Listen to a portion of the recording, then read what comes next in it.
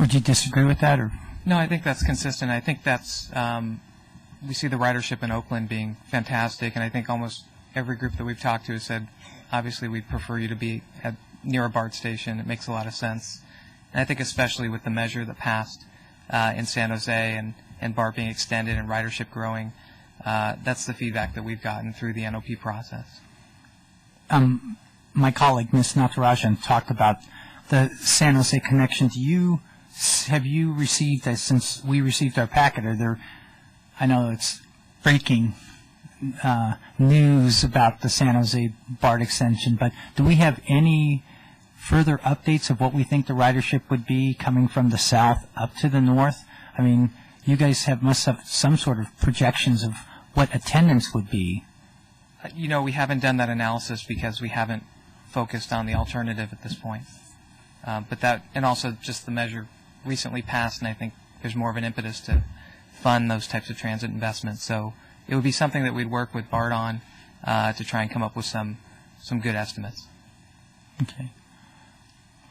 But I think consistent with what Ms. Kymek said, that 20 to 30%, I think would be, at least from our discussions with BART, would be fairly conservative based on what we're currently doing in Oakland.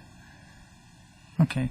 I mean, the preferred site, which is before us, don't want to get ahead of myself, but the preferred site,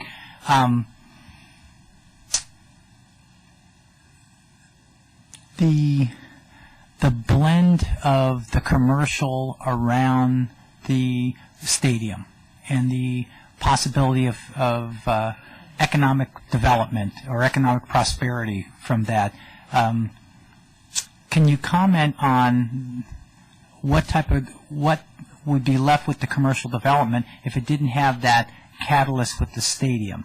The commercial developments can be standalone, but I don't know what type of blend of commercial development you were expecting from let's call it that Santana Row-like development. Sure. I think the retail market obviously is in flux right now with the current economy as well. But, we envision if the ballpark, is not out of Pacific Commons, that we would probably extend the retail. We do a terrific retail project out there, extending the existing successful retail mixed with a walkable residential community and obviously an elementary school. And we still think that model works really well. The Santana Row model is a little bit, more difficult, one, in this environment, and two, without the ballpark. But again, I think we could still do a terrific project out there. Okay, that's all my questions right now. Okay, Mr. Harrison. Thank you, Mr. Mayor. Just a couple of quick questions, because I know we have a lot of speakers. For Ms. Klimek, I'll call it if there is a new NOP, you had said before that right now we're looking at that pink area, I think, in the graph you showed it, and it was an unknown location of the stadium. By the time this 30-day period of the new NOP is out there, would we have the location as to where that would be to address traffic, lighting, and noise? Since this is a new concept, we are still sort of grappling with how to best technically accomplish an analysis. We might do it similar to what we were doing in the TOD overlay, is have that pink area, because there isn't a specific site identified in the pink area. We might select 3 or 4 sites, do the detailed traffic analysis on those 3 or 4 sites, and if it ends up being adopted, and if the stadium ends up being proposed on one of those sites, then there would be no need for additional environmental work. If we pick 3 or 4 sites and the stadium is on site 6, then we'd have to do another environmental analysis, just maybe a supplemental analysis on a new location. Or we might do sort of a general overlay for a zoning point of view and have the stadium analyzed sort of more globally, and more thoroughly throughout that pink area. I'm not a planner. I wouldn't even want to play one on TV, but I would imagine as a pretty big puzzle with the BART station right in the middle, there's probably only a few spots that it could really fit out, though, correct? I mean, we should be able to come up with a scenario that hopefully we do capture one of the possibilities Yeah. in that, I would think, right? We try and reduce our risk. Absolutely. It seems so short a while ago, but it was a little over 18 months ago, we got the economic report from ERA that talked about the economic impacts of it, that obviously basically dealt with specifically the auto mall project at that time.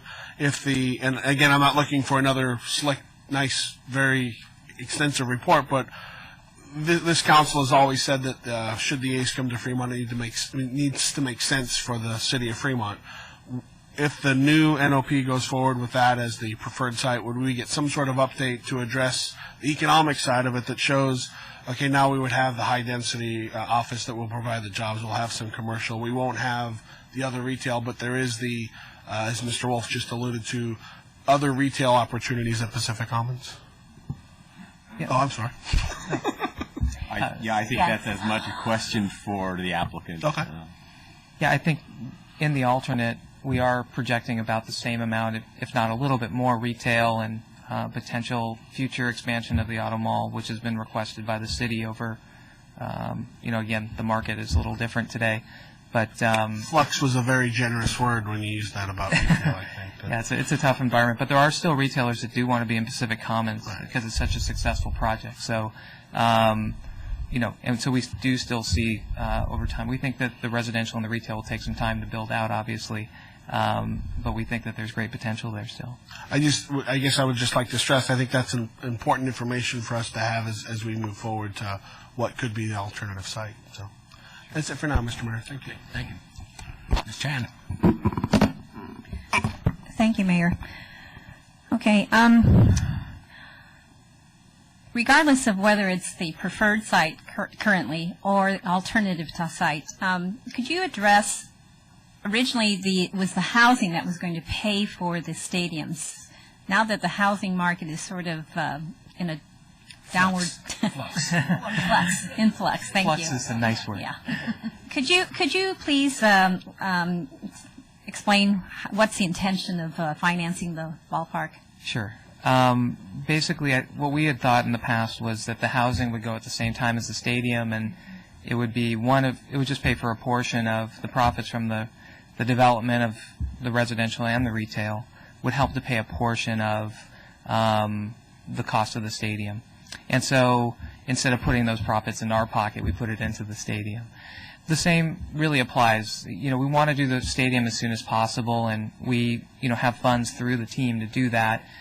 We would still look at the retail and residential as a longer-term investment that would help eventually to go back and pay back a portion of the stadium cost in the future. We don't expect it to be right away as we did in the past, but over time we feel that's still a terrific project, and it will help to facilitate the stadium development and pay back some of the costs that we'll be fronting for the stadium privately. So the basic parameters that were set that the city would not be providing funds for this, that still remains? That remains, yes. I think another question that always comes up on operating costs and security and things like that. The A's pay for all their own, police, security, and it's done with off-duty police and third-party security forces. So even the day-to-day operations around the stadium would be facilitated by the A's and paid for by the A's and not be a drain on city resources. And we do that now in Oakland.